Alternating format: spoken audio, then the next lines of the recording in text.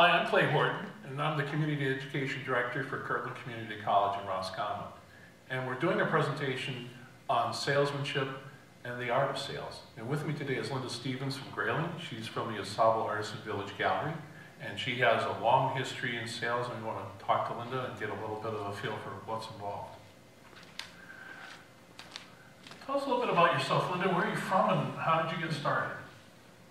Thank you, Clay. I was born and raised in Dearborn, and I had the interesting experience of going through school at Greenfield Village, which was a lot of different exposure to different things, different art, pottery, weaving, interesting things. I graduated from Dearborn High. I was in the theater program there. I was a techie. I went to Eastern Michigan for 1 year, and I was not a student. I had no burning desire. Got married, had a family, and ended up selling insurance for AAA for 30 years. Now, it's interesting because you shared with me before that you don't necessarily start out in life as someone who talks a lot, who's especially gifted in sales, that a lot of the times that you would kind of stay in the background, working in theater, working kind of behind the scenes. Tell us a little bit about that. How did you get involved with theater? I really don't remember. A friend was going to do something, and I went with her, and I was hooked. But I was real shy. I didn't talk to anyone. I didn't speak to anyone. But I would take play production classes when it got time to graduate.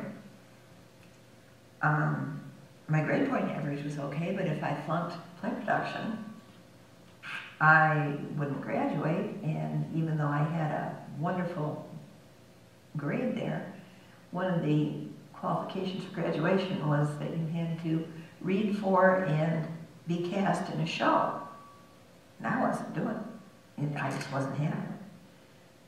So finally, the last show that we did, and I had about 6 weeks before graduation, was In Here at the Wind. So I read, and I was cast as the mayor's wife. And I still remember my part, and I will do it in its entirety. Take notes, ladies, this is cool. Yoo-hoo! Yoo-hoo! And that's what got me to graduate from high school. I spoke on stage, and I was erect for a week. But jumping forward, and I'm really going to shorten this, I was divorced and exceedingly angry with my ex-husband, who worked for AAA. And I thought, what can I do that would really, really aggravate him? So I called the main office, talked to the public relations people, and said, I intend to sell insurance and make a lot of money. Why don't you hire me so I don't work for somebody else? And they did. And it did make him angry. But it turned out to be a real good career choice for me. Now, the focus of what we're talking about tonight is sales, and everybody has a different view of this. Most people are convinced that they're going to have a hard time with selling things, or that they'll be personally rejected. Lots of folks will try to sell tickets for drawings by literally holding their hand out with their hand shaking. Could you please buy this from me? And it's not a very good approach to sales. But the underlying part of this is that salespeople are not necessarily born. They are made. Linda's experience with theater is a little bit different than mine. When I was very young, my parents would constantly and often shove me out in front and make me do things. So I got used to the idea that, you stand out front and you don't necessarily head for the background. It wasn't an option in my family. But that's not everybody. But you had to make some adjustments. You decided, I'm going to be in sales, I'm going to work for AAA, I'm going to make a pile of money, I'm going to make my ex-husband exceptionally angry with me. It was wonderful. It worked out. Tell us a little bit about sales and your view of it. What's your definition? A quick backtrack on that. I was an only child and an only adopted child, so I spent a lot of my time with adults. So I really wasn't uncomfortable with people. I just didn't say a whole lot. But before I went to work for AAA, and I've got this in my notes here. Let me take just a quick look because we're going out of order just a little tiny bit.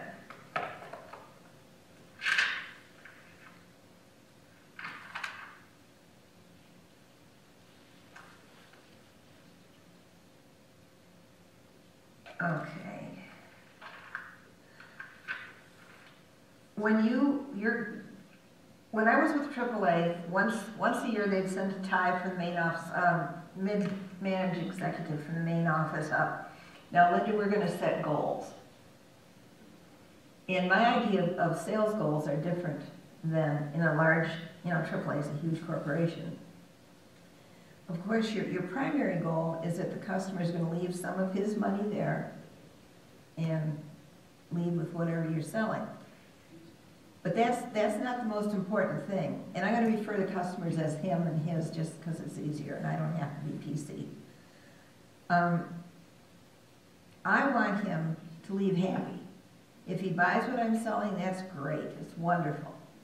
If he doesn't, if he still is happy when he leaves, he's either going to come back or he's going to tell his friends that whatever I'm selling wasn't right for him, but I did a good job of selling it, go and talk to me.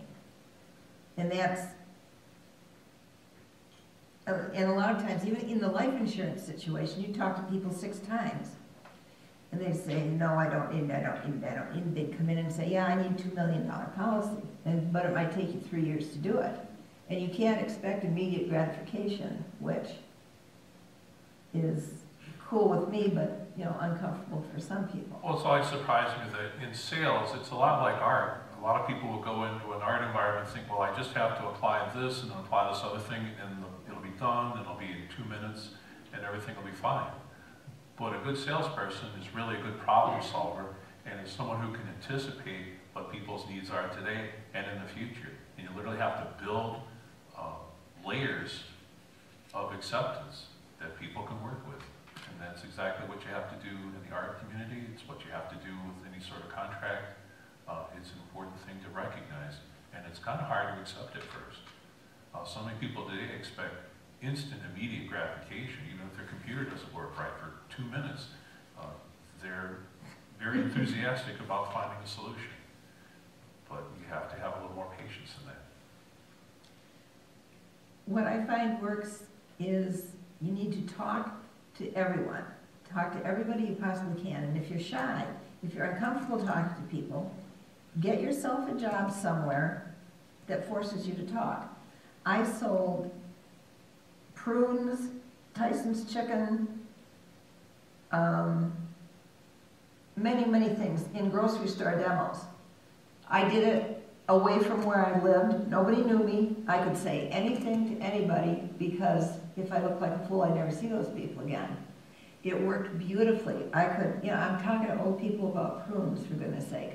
And the way that the contracts worked in those days, where you had a 2-day contract, but if you sold out of your product on the first day, you didn't have to show up and you'd still get paid for the second day. And that part appealed to me. I got rid of a lot of prunes that way. It was wonderful. Direct sales companies are wonderful. I sold Mary Kay Cosmetics for 5 years. You can trade with other consultants and you can pitch their shows and learn from entirely different people. I grew up in Dearborn. I didn't know anything about black people. And there are a few black people in my Mary Kay unit. And I would trade with them and learn phenomenal things about the black community that I never understood before. When I ended up selling insurance outside Flint, it was really nice to know that when someone would say, because I would go into their house from Owasso, to their home, they would say, don't come in, don't get out of your car, I'll carry you in. Now, I knew that meant I'll come out and walk in with you so that someone doesn't think you're from the state taking my children away. But, I would never have learned that if I hadn't traded things off, traded people off. Another important thing to do is to read things that you're not really comfortable with. It's great to have a general knowledge of everything, a little tiny bit about everything. I was anticipating, did I say children? Children being here. And it's hard for kids to understand that everything isn't about them. So that when someone walks into your sales environment, you need to be able to say to them, when they've got a tiger's cap on, gee, you know, how are the Tigers doing? And you don't want to say, did they make a good touchdown last night? It makes your person feel important when you can talk a little tiny bit about something that might interest them. Like I said, I geared this to people who I think are at a different stage of their learning curve, but we're assuming that this is geared toward people who want to get a feel for what it takes to be a good salesperson. Because to be a successful artist, you have to have a good business background. You have to be able to work with people, get them to understand your process, buy into what you're doing, and hopefully realize they're making a commitment with you as an artist.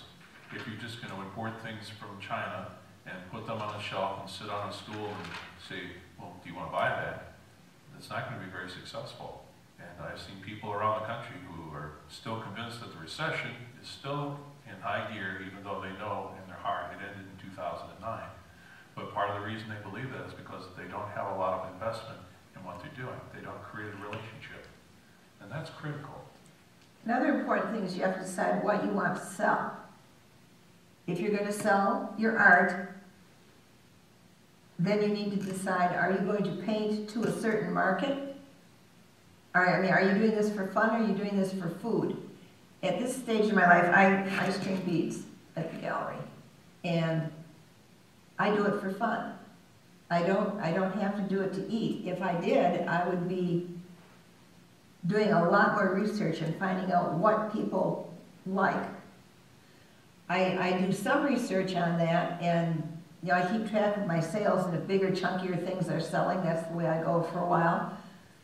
But if you are a pure artist, like I have a cousin that's a molecular biochemist, and he does pure research. Well, nobody pays him to do that, but that's what he does.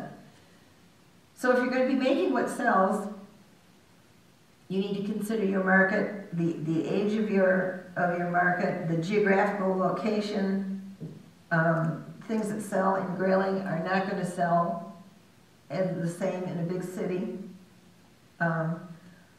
Although our gallery does a lot of business with weekend people, and they all say, how can you afford to sell these things for this?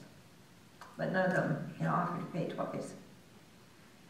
If you have a special interest like cars, bikes, animals, and that's all that you want to do, that's going to limit your sales pool. And if you're just doing it for fun, that's great. But if you need to buy food with this, you're going to have to widen your pool of customers.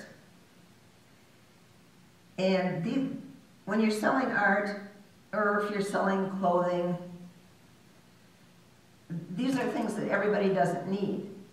I mean, you need some clothing, but if you want to sell something that everybody needs, which in the insurance business is wonderful, the law says you will buy. When I sold, it was great. But I also had a huge corporation telling me what to do, and I didn't like that at all. Let's go back to how you got started in sales. What were some of the things that you found that you had to change in the way that you approached it to be successful? You have to focus completely on the value of what you're selling, not the cost, because money doesn't mean anything. $100 to you might be money that you wouldn't mind spending on a dinner and a night out, and $100 to somebody else would make the difference as to whether they're going to be evicted from their home or not. But you would both value something. So if you can figure out what the person values to spend their money on, you got them. You get them talking about themselves. You know, it's easy in Grayling if they come in and I don't know them, they're from out of town. And you know, you ask them where they're going. Are they staying here? Are they going up to the UP? Are they hunters? I mean, you just get them talking about themselves. And can we go look at the stuff over there?